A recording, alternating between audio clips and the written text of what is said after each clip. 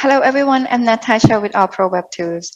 Do you know that on AllProWebTools version 5.73, you are able to send out status update emails to your customer when a task has been updated? In order to get to the task page, you can simply click on the profile name and then click task. On this page, you can create new task, see other users' task, and search for task. Designer's task will also show you the attached contact, subject, priorities, due date, whose task is from, and to whom. We're going to create new task. In this box, you can choose who you want to send the task to. Next, we're going to choose the priority. Next, you're going to put in the subject line. This could be an order name or type of order, order number. Next, we're going to put in the customer name. And for do not email option right here, when you click on the drop-down menu, you can choose to send email or do not email this task to your customer. I'm going to choose email customer. And if you hover over the question marks icon right here, the instruction will pop up. On the notes right here, you can put in the details of order or customer request for your team to see. Once you're done, hit the Save Task button right here. Then the email will be sent out to the customer.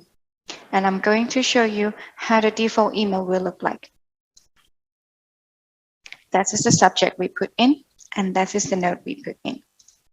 And this email can be customized, so I will show you how. Go to the marketing and then email. You will find the system email on the existing email here, the task update customer. Click on the edit icon right here.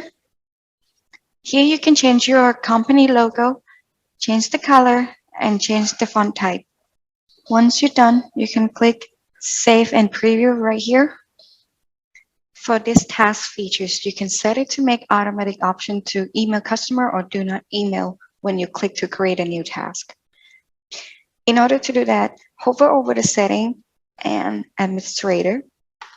Scroll over to the bottom. You will see the task management that says email task notes to customer. If the switch is on, when you click to create a new task, it will show email customer right here. And if the switch is off, when you click to create a new task, it will show do not email right here.